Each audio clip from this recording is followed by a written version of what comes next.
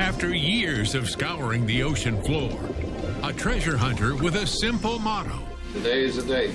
Today is the day. Today's the day. It's the mother lode. The shipwreck, which had 40 tons of gold and silver and copper on board. When his heirs cash in, collectors grab a piece of the action. A gold chalice, the $100,000 to open the bid. But this treasure hunt is far from over. Is it true that there's a 40-pound bag of emeralds down there? It's 70 pounds of emeralds. Could you look harder?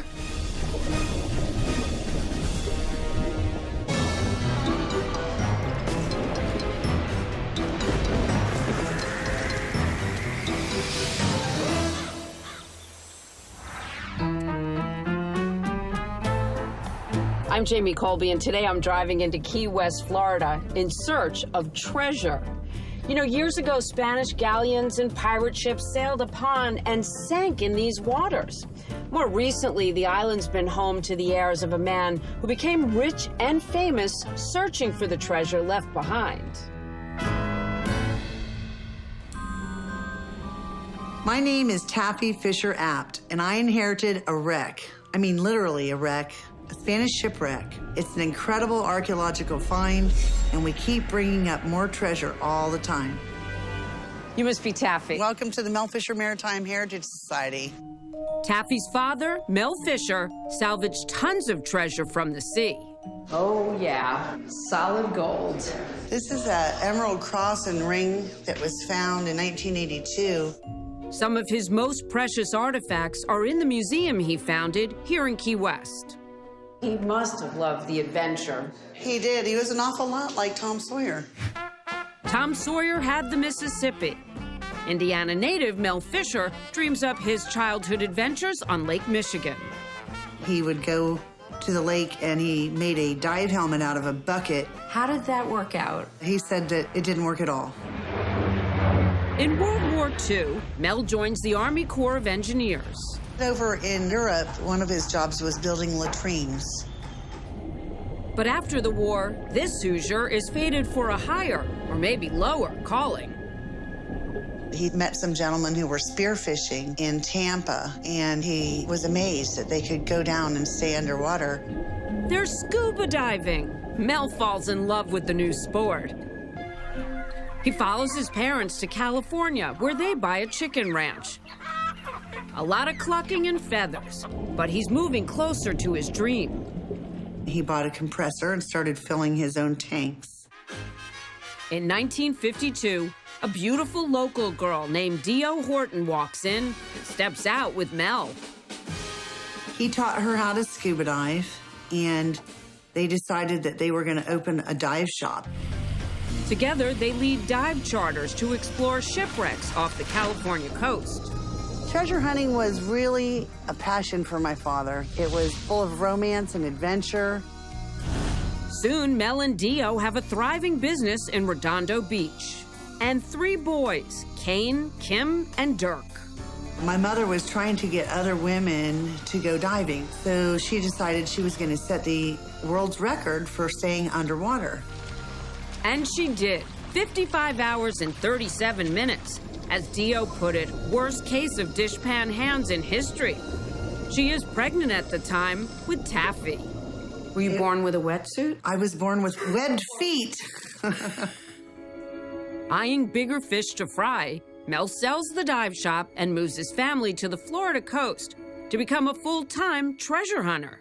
He sets his sights on one particular prize. He read about a shipwreck which had 40 tons of gold and silver and copper on board. Her name is Nuestra Senora de Atocha. In September 1622, the Spanish galleon leaves Havana bound for Seville. She's loaded with treasure from Spain's Central and South American colonies. Gold bars, finely worked religious articles, and gold chains that some Spanish officials are trying to smuggle home in their baggage. But a Caribbean storm sends the Atocha to the bottom. Finding her wreck becomes Mel Fisher's obsession. Every morning, he rousts his crew with a simple statement: today's the day. And of course, every day my father's saying, today's the day, we're gonna hit it, we're almost there. It'll only take us a few more months and we'll have it all. Finally, Mel's search turns up a couple of musket balls from the Atocha, plus some coins, a gold chain, and an anchor. Then 3 silver bars, 76 pounds each. He's getting warmer. But then it would kind of piddle off and he'd say, that's all right, we'll find it tomorrow. And then the next day, today's the day. Mel and Dio's son, Dirk, and Dirk's wife, Angel, pitch in to run the North Wind, one of their salvage boats. They found 9 bronze cannons, and that was major, but there was nothing much around those cannons. What are the next 5 years like? Mostly just empty holes, digging hundreds of thousands of empty holes. Mel is out of money, living on a rundown houseboat. Then in July 1975, a faulty valve on the North Wind leads to tragedy. What happened? My brother Dirk and his wife, Angel, and a good friend, Rick Gage, were killed one night when the boat capsized at sea. And that tragedy on the water didn't deter Dad from wanting to be on the water? I think if there was one time ever that my parents considered not continuing, that was it. Tell me about your brother, Dirk. We were all very depressed about it, but we decided that Dirk would want us to continue, and so it actually increased our determination. We were going to find it for Dirk. So Mel returns to the trail of scattered pieces of the Atocha's cargo, knowing each tiny find is a data point that inches him closer to the wreck site. We'd find a nail, maybe, a ballast stone, just little teases. Teases that tell Mel he must be closing in. Others sense it too, including the government, which wants a cut. In 1977, the federal government and the state of Florida claim they own everything salvaged from the Atocha. Mel fights back. He found a lawyer who was in admiralty law, and they arrested a piece of the shipwreck and put it in my father's custody. Arresting the wreck is the legal action a marine salvage operator files when he's found an abandoned shipwreck. The law wants to create an incentive for people like Mel to find valuables lost at sea. That's just the start of his battle with the government. It takes 7 years, 151 trials and hearings, $1.2 million in legal fees, and a trip to the U.S. Supreme Court. But finally, Mel Fisher prevails. No one else can own it. No, it's ours. No wonder you're smiling all the time. After he beat the government in court, he said America has one of the best governments in the world because a little guy like me can fight and win. Mel Fisher may own the Atocha, but the main cargo hold is still out there somewhere. Then, on July 20th, 1985, after almost 17 years of scouring the sea, the radio at Mel's Key West office crackles to life. It's his son, Kane. My brother called in and said, get Dad on the radio. I got some important news to tell him. What was the news? The news was that we had found the main pile of the Atocha. This 80-foot-long pile of silver bars and coin chests and jewelry was just there, sticking up out of the mud. Is today the day? Find out next. But first, our strange inheritance quiz question.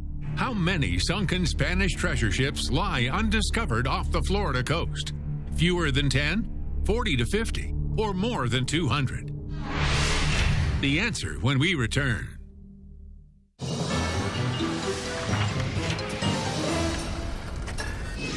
So, how many treasure ships are yet to be found off the Florida coast? The answer is B. The 40 to 50 wrecks likely contain billions of dollars in precious metal and jewels.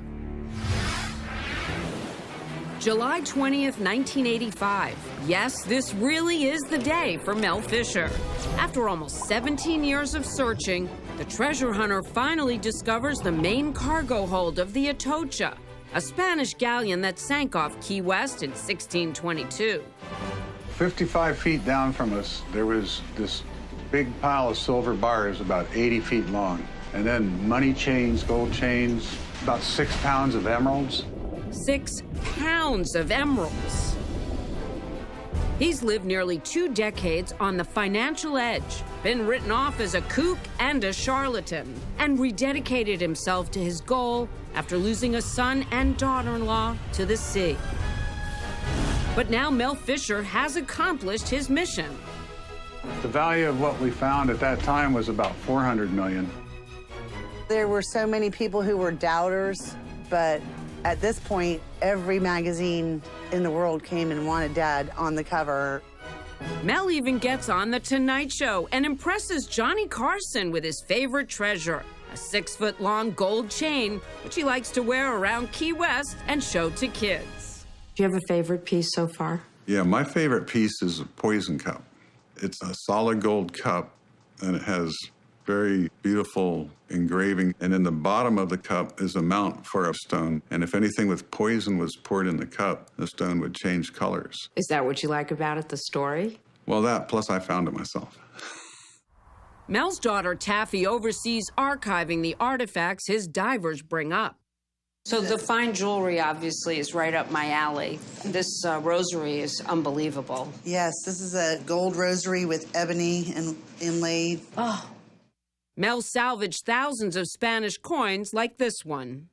The cross represented the 10 Commandments. You know the 10 Commandments, don't you? Yes. Well, if you never broke any, I'll let you have that. Mel shares a big chunk of the treasure with his crew. How much is a secret? But suffice it to say, there were a bunch of new millionaires in Key West. Did your folks and your life change? Did they live bigger? What'd they do? Well, a little bit. It was nice not to have to worry about money anymore, but, you know, they stayed in the same house. After the Atocha, it became more like a hobby, because he didn't have to work anymore, but he loved it. He loves the search and the thrill of finding it. My father said, Taffy, remember, we're only temporary custodians of all of this treasure.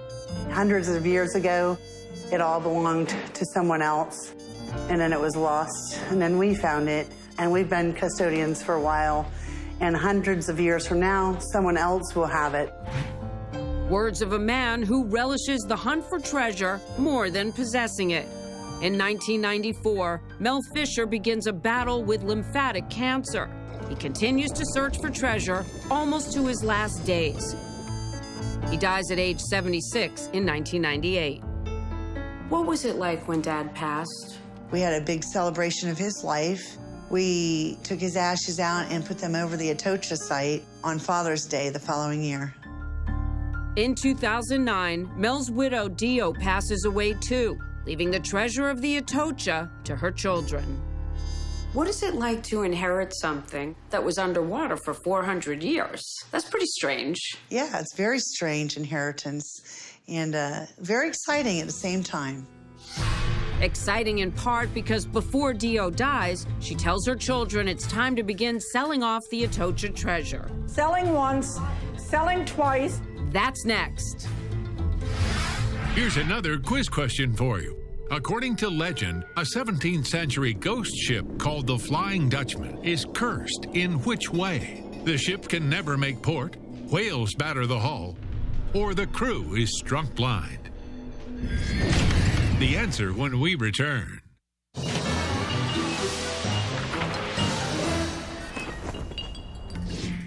So, how was the 17th century ghost ship, the Flying Dutchman, cursed? The answer is A. For hundreds of years, sailors reported seeing the phantom ship aimlessly wandering the seas. For almost 2 decades, as he searched for the Atocha, Mel Fisher confronted doubt, suspicion, financial risk, and personal tragedy. Yet he never gave up. When he dies in 1998, his heirs inherit the full-time job of running the salvage business and managing the fortune and treasure he left them. And in August 2015 in New York City, they're in the midst of a major piece of business, auctioning off a big chunk of the gold, silver, and jewels from the Atocha. These objects have an intrinsic value, but it goes way beyond that because of the history of how they were discovered. Arlen Ettinger, the founder of Guernsey's auction house, has sold everything from Soviet art to Jerry Garcia's guitar. We'll begin tonight with lot number 1, the 3 silver coins, and $2,000 for them. Mel Fisher's daughter, Taffy, has spent months preparing for this day. It's exciting and a little nerve-wracking. Part of the proceeds will be donated to a foundation Taffy and her husband established in memory of their 12-year-old son, Michael, who died in 2006 of sudden cardiac arrest. Lot number 11, fair warning at $750. So we're just hoping that it's appreciated and loved and people bid high. The Fisher family decides this auction will have no reserve or minimum bid for most of the objects. Lot number 83, the silver coin, $950, $1,000 is bid $1,100, $11 is bid $12, $35 and now $37.50. Any more beyond $37.50? Sold here for $37.50. The smuggler's silver coin, $18,000 is the bid, $19,000 is bid, and now $20,000. Fair warning at $30,000. Last chance, $30,000 for bidder number 607. And what about Mel's favorite, the gold chain he wore on The Tonight Show just after discovering the mother lode?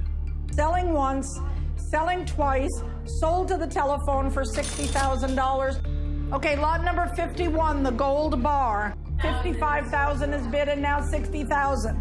You marvel at their brilliance. How is it possible that these were under the water in turbulent conditions for 400 years and look like they were crafted yesterday? $60,000, $65,000, $70,000. And $75,000 next, $75,000. Sold for $75,000. A fabulous emerald cross, $85,000 is bid and now $90,000. $90,000 is bid and now $95,000.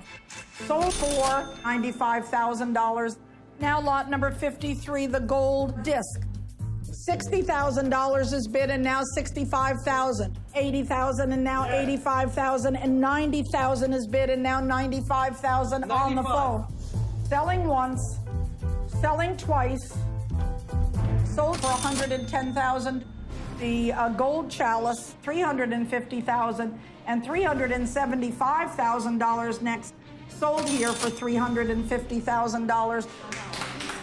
Some buyers get bargains, but the final tally of just over $2 million is a tidy sum for both the Fisher family and Taffy's foundation.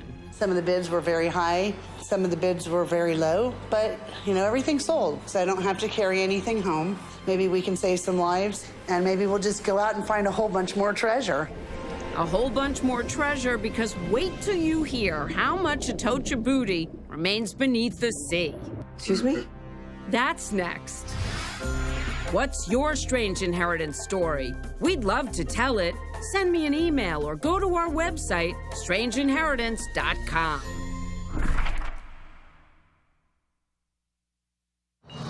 Now back to Strange Inheritance.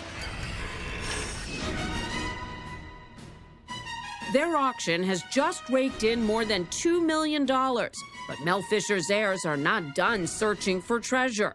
You see, they not only inherited the fortune that's already been salvaged from the Atocha, but the rights to anything else from the wreck site. How much is left down there?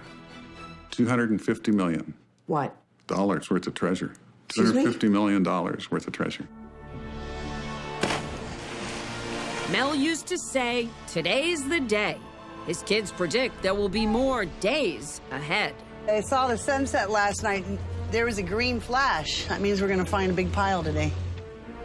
We'll find the stern castle of the Atocha that's been so elusive very soon, maybe tomorrow. Okay. Have you ever had a real job? You mean besides treasure hunting? Yes. No. The Fisher family spreads their love of treasure hunting around. Several times a year, they run cruises to the site of the Atocha. It's a chance for even non-divers to search for treasure without getting their feet wet. Today's the day. Using a system called an airlift, divers suck up sediment from the ocean floor right into these troughs on deck. When you see a green emerald with that white sediment, You can't miss it. Well, I was digging through the sand. Green emerald popped right out at me. I couldn't believe it. Great start for the day. Is it true that there's a 40-pound bag of emeralds down there? And are you looking for it? Actually, it's 70 pounds of emeralds. Should I tell you green's my favorite color? 4 centuries ago, nature intervened, and the treasure of Nuestra Senora de Tocha never arrived at its original destination. But through the labors of one dedicated and slightly obsessive man, it was not lost forever. Now it will be scattered across the world to collectors, museums, and churches. After that, who knows? As Mel Fisher said, nobody holds on to this treasure for long. Mel Fisher's heirs clearly inherited their father's undying fascination with shipwrecks. Taffy told me once you've seen the ocean paved with gold, it's hard to quit. Or as Mel used to say, it's not the find, it's the hunt. And Kim, if you do come up across that big old bag of emeralds, please give your pal Jamie Colby a call.